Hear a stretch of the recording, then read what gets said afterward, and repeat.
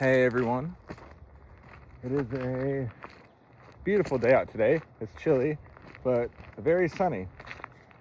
I don't know how long of a video Discord will let me post, but I thought I would do a couple, maybe one or two short videos to go over a couple of the things I said I was going to talk about.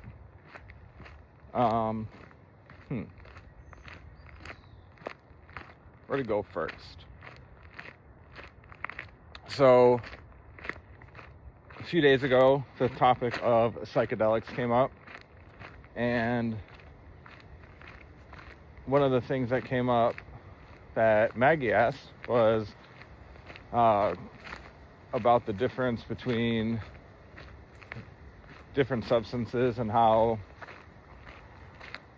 basically, like what kind of value they have towards spirituality or just mindfulness and just improving yourself on those fronts. And we talked a little bit about it, but I had to go. I was at work and I had to go in the middle of our conversation. So here we go. Here's where I'm at. It's a nice little trail in my town. So to get into it, basically I break down substances into two main categories. One category is things that help you let go and be less attached to your ego, and things that make you attach more to your ego. And that's not to say one is good or one is bad. Obviously, that all... Oh, sorry, probably that's my watch talking to me.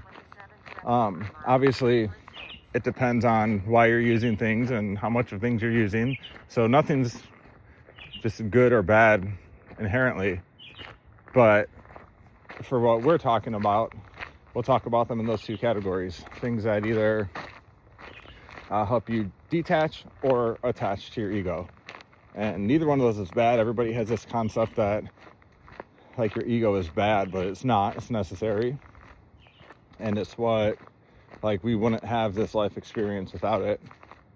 So we'll start with, I refer to them as ego grows and ego knows.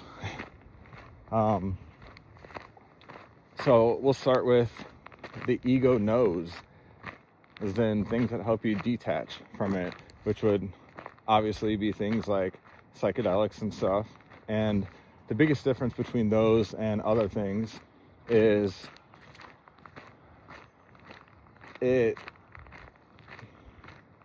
both categories of things can help you to realize yourself in some way or another. But psychedelics and things that help you detach from your ego do it in a way that shows you who you are at a more pure, kind of fundamental level. And things that help you attach to your ego show you more of who you are in life, who you are in social settings, who you are as the person that you walk through life as. And the reason psychedelics give you a more kind of existential, pure, fundamental view of yourself is because they show you who you are by taking layers off. So, like, when you come into life, you get a name and you know that, like, these people are your parents, and as you get older, you develop all these likes and dislikes, and then eventually you grow up and you get a job, or you go to school for something specific, and that's you add all these layers onto yourself that make you into the person that you are. And obviously, like, that's good. That's how you kind of make this character that you walk through life with. But if you're trying to get to know who you are beneath all that, then you need to take those layers off and just really look at yourself at the most unlayered, fundamental point of view that you can see yourself from. And that's what psychedelics help you do. They take off those layers. And a lot of the time that people have bad experiences with them is because they resist that taking off of layers, because they feel like they're losing their identity, and there's things that they're attached to in life. And when that stuff is taken away from them, or they don't see themselves as identifying with those things, then they get anxious and they get scared because they don't know, like they feel like they're losing themselves. So you really have to be comfortable with just letting go and be willing to let go of all that stuff. It'll come back, 6, 8, 12 hours later. But in the meantime, you have to not resist those layers coming off, because it can cause a lot of problems. And it's the same thing on the other side too, when you take things like, whether you're drinking or whatever else it may be, that add to your ego and make you identify more with these layers. Like, if somebody's drinking, they're more likely to think about the things that they have and the person they've made themselves in life and all of that. So they're thinking about these layers that they've added on throughout life, which that can be a good thing too, because I'm not saying that you should go out and drink to try and better yourself or anything like that. But the mindset it puts you in is just one that observes all the layers you've added on in life. And it can make you think about things and make you think about things that maybe you should do differently, or things that you want to change, or things that you want to do in life, more layers you want to add on, whether it's getting a new job or going to do something extraordinary in life. So everything has its uses of some sort. But if you're really trying to get down to the bottom of who you are outside of your life as a person, then taking things that are going to add those layers on and make you attach more to your ego are probably not the way to go. But with psychedelics, like I said, it tends to take those layers off, and people have a hard time letting go of that stuff, because that's what your ego does in life. The whole point of your ego is to define you. And I've got some little critters up here. Oh, there they go, a couple bunnies. But the whole job of your ego is to define you. And the way it defines you is by attaching onto things and saying, this is me. Like, this job, that's me. This car I have, that's me. This relationship I have, that's me. My kids, my parents, my friends, all of that is the stuff that makes up who I am. And you don't, if you're not comfortable with what may be left when all that stuff isn't there, not literally, of course, but just when you're not identifying with any of that stuff for a few hours, then it can be scary. But the whole point of your ego is to define yourself in that way. And the way anything is defined is by separating it from other stuff. For example, the only reason we have color is because we separate certain wavelengths of light in a certain way. We wouldn't have different colors if we didn't separate something from everything else. Same thing with sound.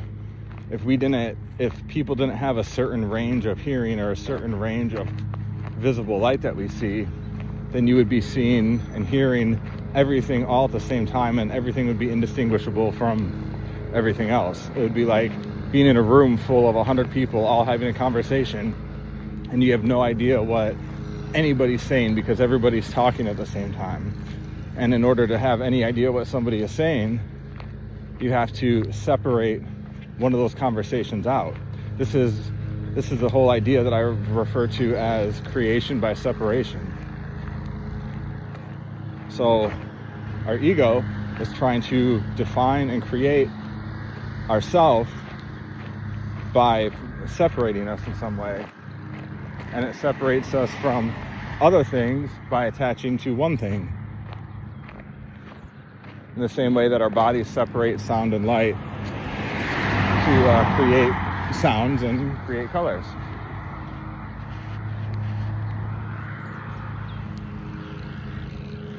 So the thing with psychedelics though is it tends to unseparate things. It unseparates things, which means that's, that taking off of the layers, which it creates a problem for your ego, because that's the whole job of your ego, is to separate you from other things so it can define you. And then you have the substance that you've taken that is now trying to unseparate all the things, and it's trying to just mix you into everything else. That's why people have this overwhelming sense of being one with everything, as they would say, because it's dissolving boundaries. And if you've ever taken any significant amount of anything that would do that, you can see that even visually. If you're looking at like a piece of art or something, or even just a ceiling or wood grain on the floor or something, if you allow yourself to not focus, like you're seeing but you're not looking, and you allow yourself to just look without focusing on any particular point, all that distinct pattern or all that distinct whatever you're looking at will just start to blend and just start to kind of swirl together until it's just one kind of solid, color or visual of some sort. And then if you really let yourself not focus for long enough, then you can be sitting there with your eyes open and you won't be seeing anything. It's because you're not separating yourself from anything.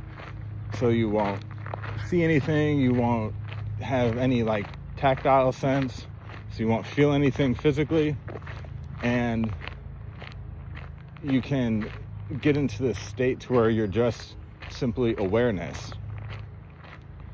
And when you're in that state of awareness, it broadens your perspective a lot, because that's another thing ego does, is it narrows your perspective. It gives you a perspective from one individual's point of view, and that point of view is made by all the things that you've experienced in life. And that's obviously a very, very specific thing to each individual, because nobody has experienced the same exact things. So your whole view of everything, your perspective on the world, on life, on people, on literally anything that you have an opinion about or a view about, all of that is a very specific perspective shaped by everything you've gone through in life, everything you've heard in life, everything you've seen in life, all the relationships you've had of any kind. And when you indulge yourself in a psychedelic experience, it sort of undoes all that. It undoes all your conditioning. It undoes all those layers, like I said, that you've used to create your perspective on the world. And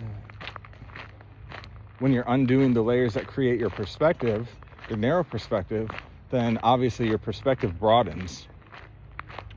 And the more of those layers that you undo, the less thoughts you have about I am this or I am that, or anything is anything. Because even if you're outside and you're looking at a tree, you have the concept that, okay, this is me and that's the tree, and I am observing that tree. Well, if you let go of that, then you don't sense any difference between you and that tree or you and anything else around you. It's just like this melding of you with everything. And when you do that, like I said, it gives you just a much broader perspective on everything, including yourself. And it's times like that's where you can view things objectively instead of having a biased view because it's you that's thinking about things. Like if you're thinking about yourself, if you're thinking about your own life, and like let's say there's something that you could be better about in life, in your normal everyday waking life, if somebody was like, you know, it would help if you were more this or less this, or if you did this or that. Even if deep down you know it's true, the first thing people want to do is make excuses. And they want to say things like, well, I'm only this way because of this thing, or this situation makes it so I can't do this or can't do that. And that's where people get really stuck and they don't progress much on things that they want to improve because there's always some kind of reason. There's always some kind of reason why you can't do anything or can't do something. And it doesn't matter what it is, your mind is capable. It's a very creative thing, and it will think of some reason you can't do something. And the reason that is because your ego is attached to every detail that makes you you. So I always use like fitness and stuff as an example, because that's, I don't know, like there's so many times that I've been doing good myself and I've been running every day and eating well and all that, and then one day I just get up and there's just some reason I don't want to do it. And I can feel those excuses and those reasons for not wanting to do it arise, and either, you know, I don't have time or I don't feel good or this or that. And that's your ego trying to hold you to a certain thing that it's identifying with. So if you want to change something about you, then you're trying to get rid of some characteristic about you. So if you want to get in better shape, then you can only do that by changing. Oh, look at the little bunny. He's letting me get close. There he goes. Like if you want to get into shape, then you have to let go of the kind of shape you're in right now. And your ego is identifying with exactly how you are right now. So it'll make excuses so you don't make that change, because it doesn't want to let go of things that make you you, because that's the whole point of it, is to define you in life.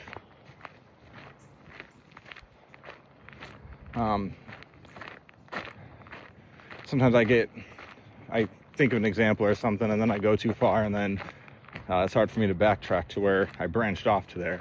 But okay, so this is where psychedelics can help you to make changes, very significant changes about yourself, because when you're not attached to that ego and you're having some sort of psychedelic experience, your perspective is much broader and much less attached to your ego. So it doesn't care at all if you're letting go of any of the things that make you you. It just doesn't, because it's seeing the broader perspective, and it's easier to see where you want to be and how to get there. And like I said, it has zero cares about what it takes to get there and what you have to let go of to get there.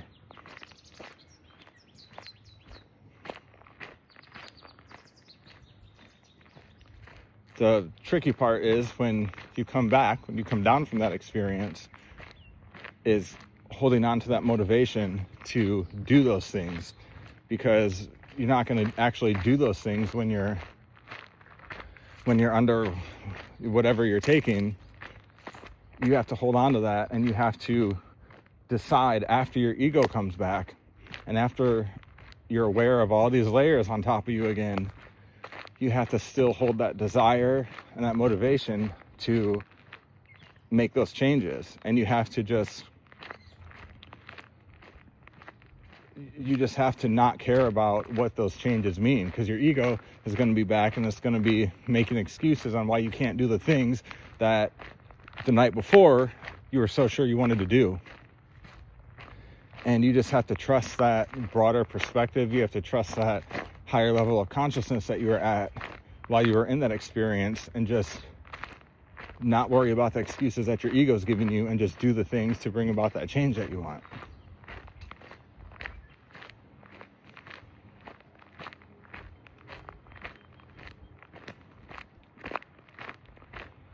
So that was more rambling than expected to do on one part of that. So we'll move on to the other part, things that make the ego grows, the things that make you attached to your ego more. Obviously, there's this idea now. Before a long time ago, it was the opposite, where things like alcohol were seen as okay and acceptable, and which obviously it still is more than other stuff now. But now stuff is kind of changing to where psychedelics are being viewed as a much more acceptable thing. And now it's hard for people to think about drinking or doing something like cocaine or something like that would make you attach your ego more. It's hard for people to understand how you could use something like that as a positive thing. But it's because it can be a more positive thing on a smaller, more earthly, more in ways that have to do with your life as a person versus your life as a broader being that's part of the universe.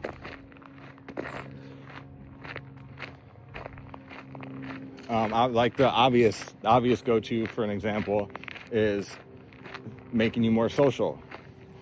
That's probably why one of the biggest reasons people drink is because it's in social settings and they want to go out, and it helps them feel more like themselves as a person, and it helps them let go of things they might be self-conscious about, or just things that would otherwise usually hold them back from being a social person. And it lets them just feel a little looser. It takes away their filter a little bit, and they can say and do things that they would normally be uncomfortable saying or doing. Obviously, that can go too far, and it can go too far quickly.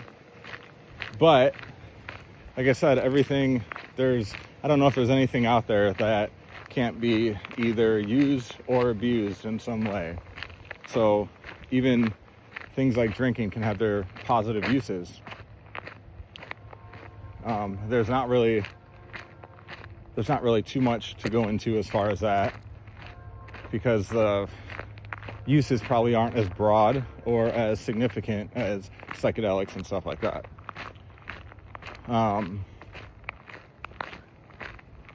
One thing that was asked was, obviously you can use some things for meditation and it helps you with that. In fact, that's probably the greatest use of psychedelics, right up there with helping with trauma and PTSD and stuff like that. Or people that are dying, they've used psychedelics a lot to help them sort of be okay with that. But one thing that they can be used for, and probably one of the most significant manners, is meditation, which, I mean, that word can mean so many different things, but that's how you get to those states. That's how you get to those states of broadening your perspective and letting the layers of ego and all that and everything that makes you the person you are in life. That's what helps you to let all that fall away. And that's what helps you to not resist. Because when you resist that taking away of layers, it's like, to give an example from Alan Watts, I don't know if any of you are familiar with him at all, but he's just a very chill guy. But he uses the example of a cat falling out of a tree, and they're able to fall out of a tree and land on their feet and be perfectly okay because they don't resist the fall. They don't tense up. They just accept it, stay loose, and land on their feet. If they were to tense up or they were to hesitate in being a cat, then they might not land on their feet and they might hurt themselves.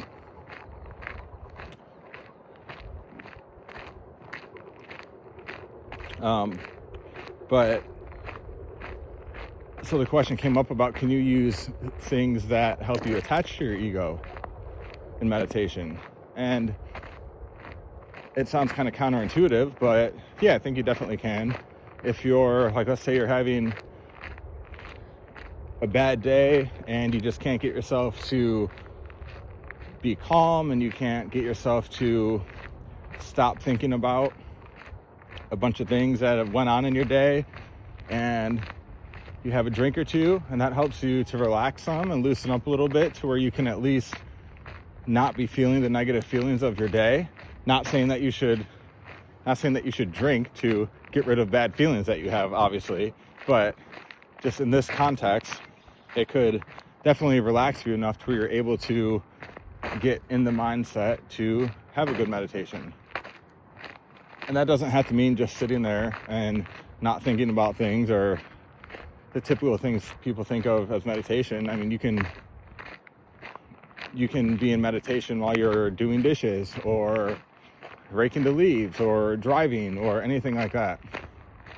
So yeah, I think other things can be used in meditation to help with that. Obviously, again, it all depends on how much you use of whatever. There's obviously lines to where if you drink too much, it's not going to help you at all, because then you're going to be attaching to thoughts. Because the idea of meditation is to just, it's not that you don't have thoughts, it's not that your mind is empty, it's that you're not grabbing onto thoughts as they go by. It's like if you're sitting there looking out over whatever, you're just out in nature and you see a bird fly by. It's the difference between following that bird across the sky as it goes by, or just looking ahead and letting that bird fly through your field of vision without tracking it. It's the same thing with your thoughts. It's not that the bird's not there, you're even still aware of it, you still see it, but you're not letting your attention attach to it, and you're not letting your awareness be focused on that one thing.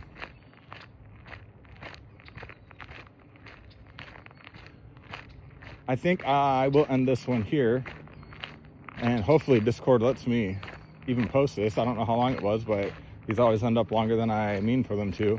And then I will start another one on the whole thing with the ocean taking on memories, if you want to think of it like that, or I just think of it as recording information. Okay, see you in a minute.